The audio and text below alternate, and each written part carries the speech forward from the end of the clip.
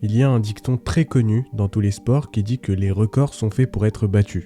Théoriquement, cette phrase est vraie. Un jour ou l'autre, un record sera battu par une nouvelle pépite qui redéfinira peut-être les lois de son sport et qui remettra en cause toutes les statistiques existantes. Ça arrive. Mais c'est très rare. Les probabilités sont très faibles parce que certains des records établis sont quasiment inatteignables au vu de l'absurdité des statistiques atteintes.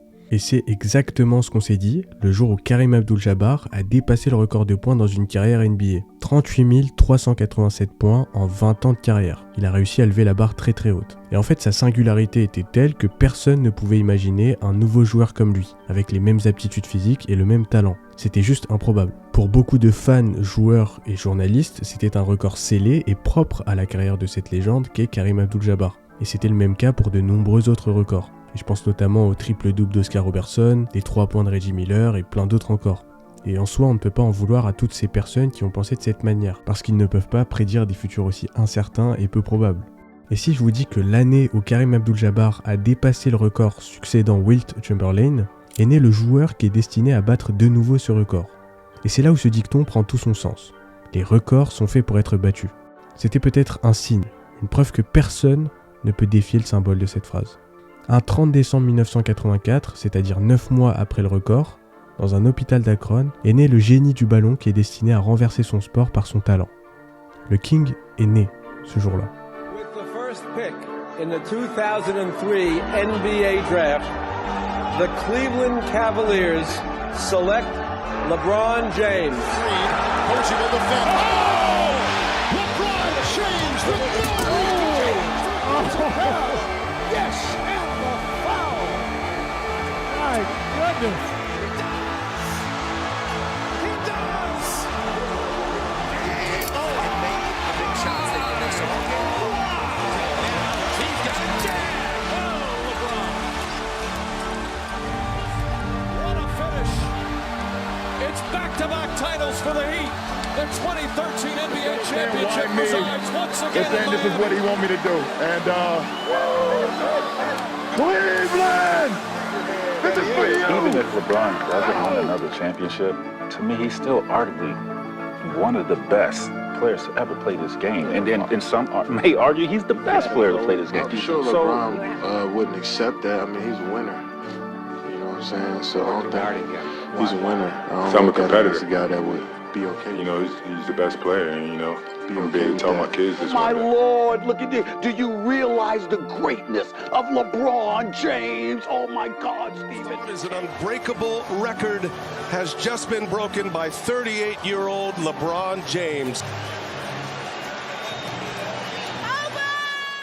To take a shot of this. James against Porter, drive, spins, gets inside. It's good. It's 40,000 for LeBron James. The NBA's all-time 40 376 points, 10 976 passes, 11 158 rebonds, et tout ça en 21 saisons. Et je vais pas vous énumérer tous les records qu'il détient, ce serait beaucoup trop long. Si je dois vous décrire ce joueur rapidement, je vous dirais que c'est un monstre de puissance brute, couplé avec un QI basket surdéveloppé, vitesse, maîtrise du jeu, du rythme, longévité, qualité. Voilà ce qu'est LeBron James. Le modèle du joueur parfait que toute équipe, tout coéquipier et toute franchise veut et voudra dans le futur. Un joueur qu'on ne peut pas imaginer et qu'on ne peut pas inventer, conçu et programmé pour rouler sur toutes les générations de cette ligue. Évidemment que c'était le seul à pouvoir atteindre l'inatteignable. Et ça, on aurait dû le remarquer depuis ses débuts, qu'il avait de fortes chances de dépasser ce record. Juste de par ses nombreux records de précocité qui sont une preuve de la maturité de son jeu à un jeune âge. Et de nombreuses personnes ont même dit qu'il aurait pu jouer en NBA bien avant ses 18 ans. Parce que physiquement, LeBron James était déjà très développé à un jeune âge. Ce qui reste le plus impressionnant chez cet homme, c'est sa longévité et son niveau de jeu qu'il arrive à maintenir et à faire évoluer au cours de sa carrière. Si on regarde bien dans les statistiques, il n'a jamais réellement régressé. Sa pire saison est à son arrivée dans la ligue. Et est-ce qu'on peut en vouloir à un jeune joueur de 18 ans qui arrive dans la meilleure ligue du monde et qui inscrit 20 points de moyenne par match lors de sa première saison? Je ne pense pas. Et pourtant, c'est très courant, une baisse de régime dans une longue carrière. En sachant qu'il est actuellement le dernier survivant de sa draft et maintenant le plus vieux joueur de la ligue, il nous est presque impossible de le comparer à des joueurs dans les mêmes conditions que lui. Mais si on essaye de retrouver les derniers joueurs actifs des drafts 2006 et antérieurs, il ne reste que 4 joueurs. LeBron James, PJ Tucker, Chris Paul et Kyle Lowry. Et je tiens à préciser qu'ils sont tous à peu près du même âge. Et dans ce graphique, on peut voir que ces 3 joueurs ont eu des baisses de régime significatives à certains moments de leur carrière, qui est dû possiblement à plusieurs facteurs dont nous n'avons pas les causes. Et aussi, il ne faut pas oublier que l'âge joue sur la qualité de jeu d'un joueur. On n'a pas les mêmes réflexes, pas la même vitesse, et on a plein d'autres paramètres qui diminuent en même temps. Maintenant, voici les moyennes de points par saison de LeBron James. Et l'ensemble représente une moyenne de 27 points. En fait, LeBron James nous donne l'impression que tous les soucis liés à l'âge ne l'affectent pas. Et je tiens à préciser que bien évidemment, ce graphique n'a pas pour but de comparer leur carrière, parce que c'est incomparable. Et aussi on sait très bien qu'en fonction des postes, les statistiques des joueurs ne sont pas concentrées au même endroit. Même si on pourrait le faire parce que LeBron James fait partie des rares joueurs qui ont joué et performé à tous les postes. Mais en fait ce graphique est un moyen de montrer à quel point LeBron James est épargné par les blessures et les aléas du temps. Selon lui, sa longévité et son niveau de jeu est dû à son écart de QI entre lui et le reste des joueurs sur le terrain. I was taught the game the right way. But the one thing that those coaches always told me, they told me that I had an uncanny ability to process information faster than anyone they've ever seen. There's guys in the NBA that if you call a play or a coach draw a play to one side of the floor, they can't switch it in their head and do it and say, let's run it to the other side. I could flip a play when I was 8 years old. I could do that. I was doing that stuff when I was like 8, 9 years old. And my coaches would just be blown away. And I wouldn't know where it came from. I have no idea. So to get back to your question, I think I was born with a sports IQ. And it could have been any sport. But I just think basketball was the one that I chose. And maybe I was chosen to do that as well. Son expérience et son intelligence de jeu lui permet de compenser plein de choses, que ce soit collectivement et individuellement. Et ça lui permet même d'aider les adversaires à suivre correctement les systèmes demandés par leur coach.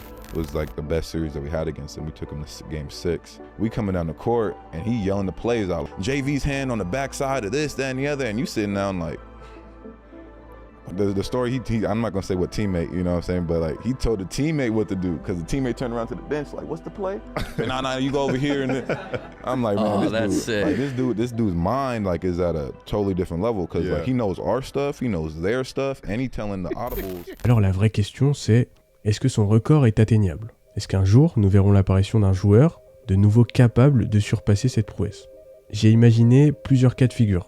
Alors imaginons que LeBron James prenne sa retraite ce soir. Et donc que son record s'élève à 40 376 points. Pour qu'un joueur atteigne ce record, il devra inscrire un total de 20 points de moyenne par match sur plus de 2 décennies. Ou sinon, il nous faudrait l'apparition d'un joueur suroffensif de type James Harden 2016-2017, capable d'inscrire 40 points de moyenne sur 12 saisons et demie. Et tout ceci pour dépasser vaguement son record actuel. Et donc je me suis demandé, mais alors combien de points devrait inscrire un joueur NBA lambda? En sachant que la moyenne d'années d'une carrière NBA est de 5 ans. Un joueur moyen NBA devrait inscrire un total de 8200 points par saison, ce qui équivaut à plus de 100 points de moyenne par match. En gros, le gars devra nous sortir une Chamberlain quasiment tous les soirs, ne serait-ce que pour atteindre son record actuel. Et d'après ses dires, il souhaite jouer en NBA avec son fils, avant sa retraite. Ce qui veut dire qu'il sera possiblement encore dans la ligue d'ici 2026-2027. Et si on prend en compte ses saisons supplémentaires, d'après les statistiques, il inscrira d'ici là plus de 4200 points, et donc son record s'élèvera probablement à plus de 44 000 points. C'est juste